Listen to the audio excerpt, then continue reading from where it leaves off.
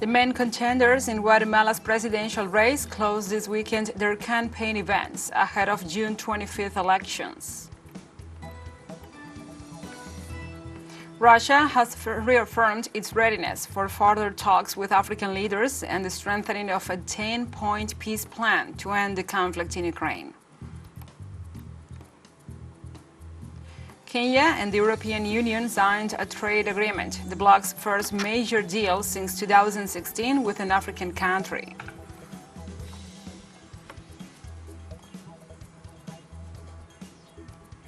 From the headquarters of TeleSUR English in Havana, Cuba, this is From the South.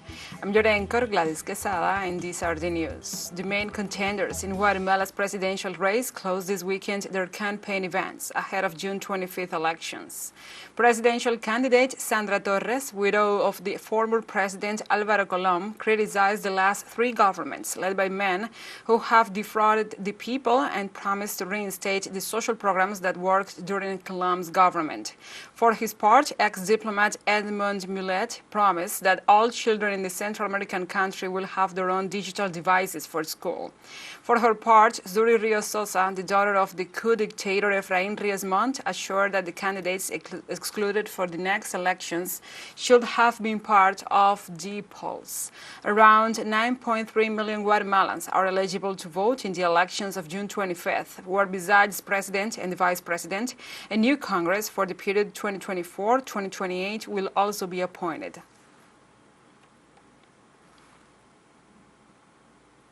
Protests continue in the Argentine province of Jujuy against the reforms pushed through the governor Gerardo Morales. The protests are led by the indigenous people who are demanding the resignation of the governor following the approval of a controversial constitutional reform that restricts the right to protest and violates the rights of indigenous communities. The authorities have reported more than 40 arrests and several incidents of police repression against the demonstrators in several towns in the region. Local media reported that the country's Secretary of State for Human Rights, Horacio Pietragraya Corti, had traveled to the province because of the conflicts.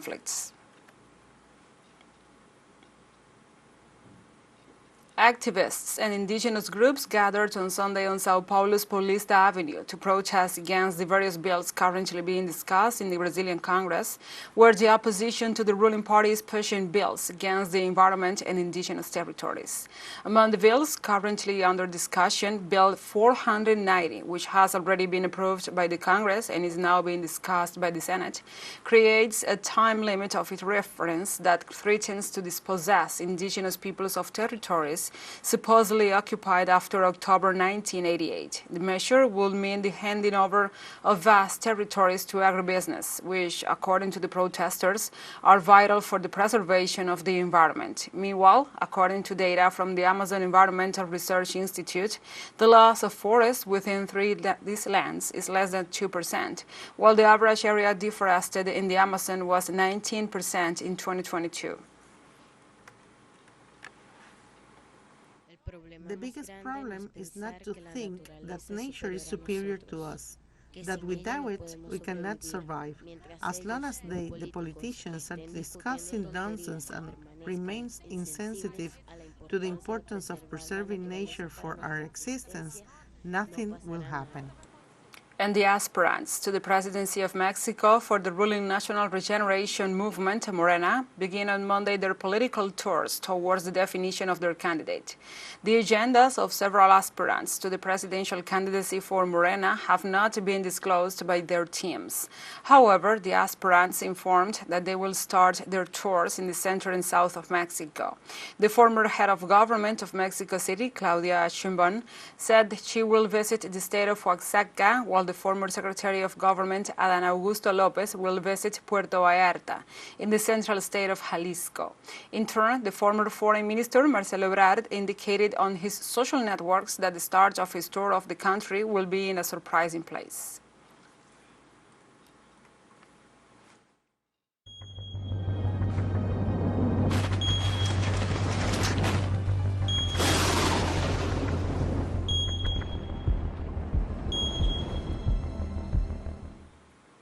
Now we move on to other topics. In the United States, forecasters warned people celebrating Father's Day outdoors to take precautions, as triple-digit temperature prompted heat advisories. Louisiana Governor John Bel Edwards declared a state of emergency for north and central parts of his state after strong winds and severe weather caused widespread power outages. On Sunday, more than 740,000 people were without power in Oklahoma, Texas, Louisiana, Arkansas, and Mississippi. Meteorologists said that potentially record-breaking temperatures will continue into midweek over southern Texas and much of the Gulf Coast. Storms producing damaging winds, hail, and possible tornadoes could strike the lower Mississippi Valley.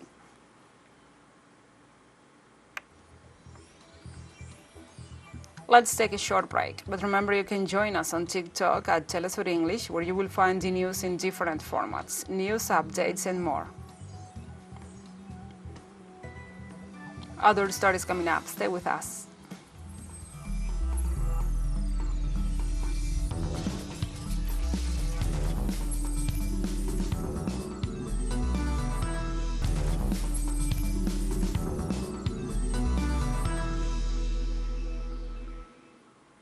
Welcome back to From the South. On Monday, the president of Cuba, Miguel Díaz-Canel, arrived in Italy, where he will carry out a work agenda that includes meetings with Pope Francis and the president Sergio Mattarella. Díaz-Canel, who travels accompanied by the foreign minister Bruno Rodriguez, landed this Monday at Rome's Fiumicino airport and was received by the head of Italian diplomacy, Umberto Vanni, and the Cuban ambassadors to Italy and Vatican City, Mirta Granda and René Mujica, respectively. On Tuesday, the Cuban head of state is expected to meet with Pope Francis and President Mattarella. Díaz-Canel is making a visit to the European countries, which includes his attendance to the Summit for a New Global Financial Pact, to be held in Paris, France, between June 22nd and 23rd, as the president of the G77 plus China.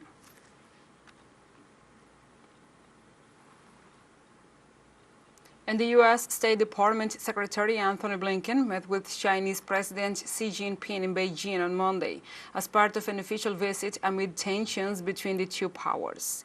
At the meeting, the Chinese leader indicated that Beijing respects Washington's interests and does not seek to challenge or displace it. Xi emphasized that competition between the two countries does not represent the trend of the current times, much less can it solve the problems of the U.S. or the challenges facing the world. For his part, Anthony Blinken assured that the U.S. does not seek a conflict with China. He also said that Washington does not seek to change the system of the Asian giant, that its alliances are not directed against China, and that it does not support the independence of Taiwan.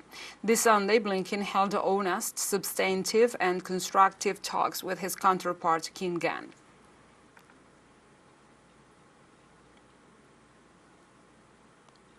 And Chinese citizens react to Blinken's visit to Beijing. State does not adhere to the 1992 consensus, we have nothing to say. It will be best for China and Taiwan to peacefully reunify. Otherwise, we can only restore to force. I think the two countries right now are like quarreling lovers. Both sides have their own personalities and interests and are not willing to compromise, but they are also quite similar in the sense that they hold quite radical positions.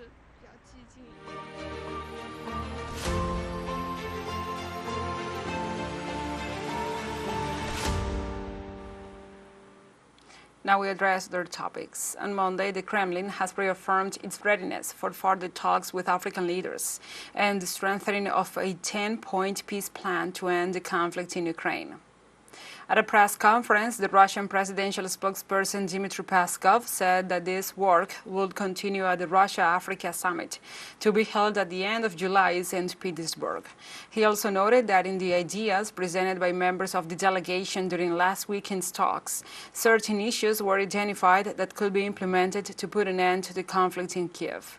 Among these points, he highlighted peace negotiations, de-escalation of both sides, and recognition of the sovereignty of the countries according to the Charter of the United Nations and its principles.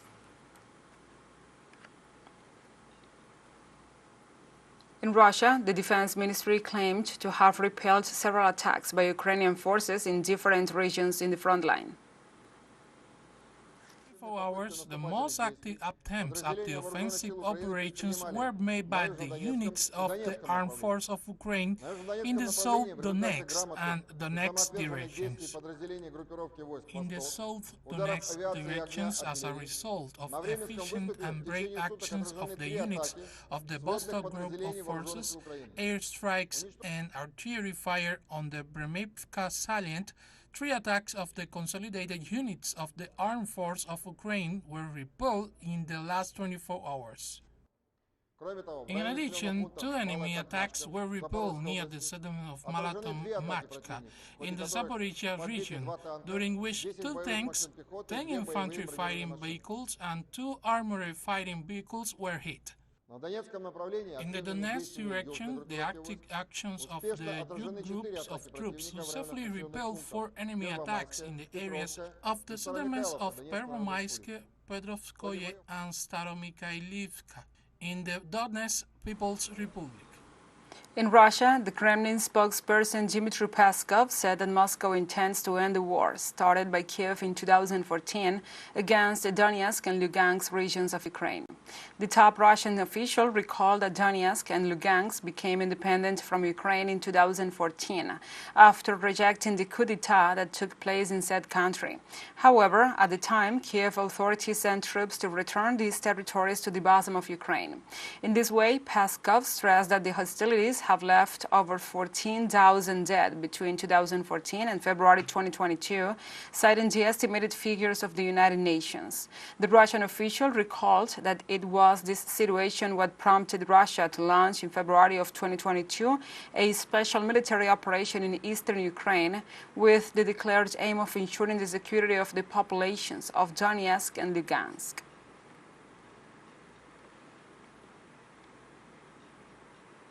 And in other declarations made to the press, Peskov also pointed out the negative impact that the European stance on the Ukraine conflict has had on the German economy, given how its industry relied heavily on the Russian gas.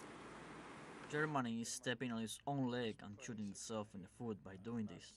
We all know that lovely, magical competitiveness of German industry, as it turns out, is largely based on Russian natural gas with its stability and its prices.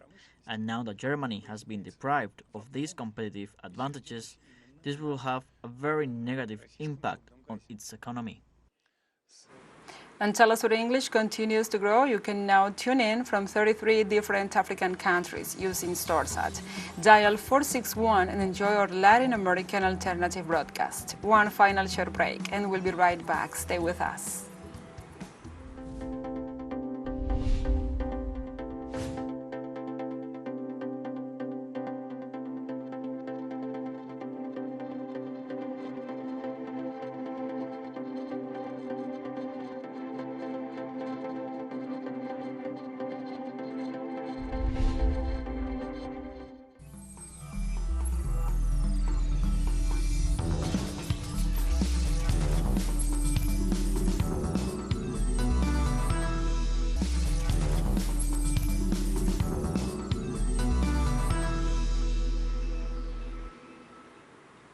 Welcome back.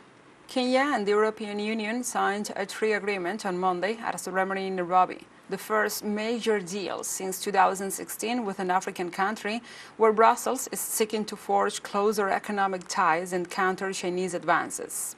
Kenya and the European Union have signed a trade deal as the bloc seeks deeper economic ties with Africa in the face of China's growing influence in the continent. Kenyan President William Ruto presided over a ceremony in Nairobi on Monday to mark the formal conclusion of negotiations for the EU-Kenya Economic Partnership Agreement. Once ratified and entered into force, Kenya will receive duty-free and quota-free access to the EU, its biggest market, where it sends 1/5 of all its exports. Imports from the EU to Kenya, such as chemicals and machinery, will receive progressive tariff reductions over a period of 25 years. But some sensitive products will be excluded. Kenya's main exports to the EU are agricultural products, including vegetables, fruits, and the country's famous tea and coffee.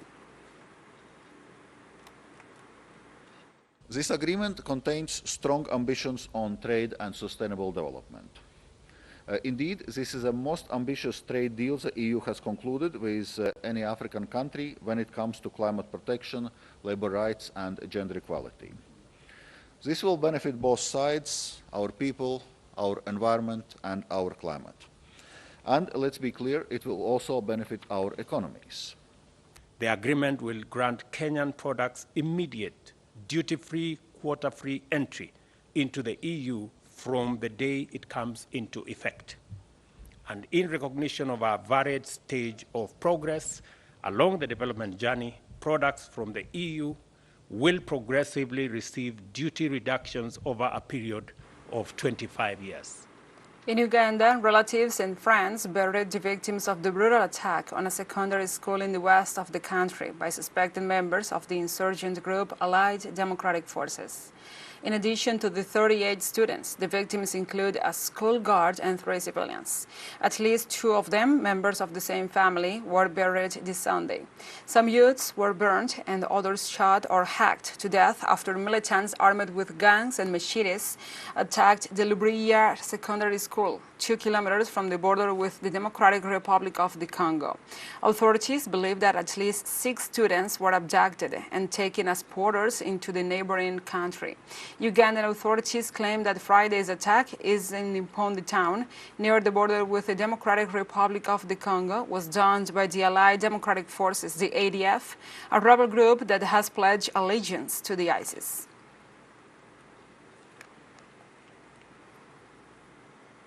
And Monday marks the second truce day in Khartoum, the capital of Sudan, as Geneva hosts an international conference on humanitarian aid to the war-torn country. Air raids and artillery bombardments have seized on the capital, whose inhabitants are surviving in sweltering heat, without electricity and often without running water. The army, commanded by General Abdel Fattah al-Burhan, and the paramilitaries of General Mohammed Hamdan Daglo's Rapid Support Forces, are respecting this new truce, whereas a dozen others had been systematically violated. Both sides have pledged to cease all movements to allow humanitarian aid into this East African country, one of the poorest in the world. But medicines and foodstuffs are still in short supply, as humanitarian organizations are finding it difficult to move around and air freight consignments and often blocked at customs.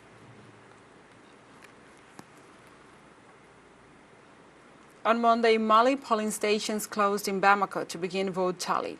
Citizens voted on a constitutional reform that intends to include strengthening presidential powers, performing or reforming institutions, or recognizing traditional authorities. Constitutional Court Supervisor Hamadoun Zizoko said being content with the voting process. Some 8.4 million citizens were eligible to vote in the referendum. Electoral authorities assured that there was calm and no issues were reported with the delegates nor the heads of the polling stations. The danger of jihadist attacks was a consideration in central and northern regions, meaning the vote was not held in some parts of the country, including the town of Kidal, a stronghold of former rebels. At least 9 people have been killed in 2 separate attacks carried out by the remnants of terrorist groups in the province of Deir ez-Zor in Syria. Authorities said a bomb blast as a vehicle passed by killed 5 uniformed men near the Bengleng neighborhood. The report also said that unidentified gunmen opened fire on a car in the town of Naimeh in the southern province of Deraa, killing 4 civilians. Following the attacks, several localities in Deir ez-Zor held protests against the extremist actions of the Syrian opposition democratic forces, calling on the United States to stop supporting them and to release the detainees. And this Sunday, Chad Army arrested a group of French soldiers who were at the border with Sudan. According to allegations, Chadian Army officers detained French soldiers for carrying out an unauthorized recognition in the region. Recordings show the arrested soldiers in uniform and carrying weapons. Reports indicate the accident allegedly took place on June the 8th, and the images have just been released. Chad is one of the most affected countries by the conflict in Sudan, where over 150,000 refugees have arrived since the crisis began.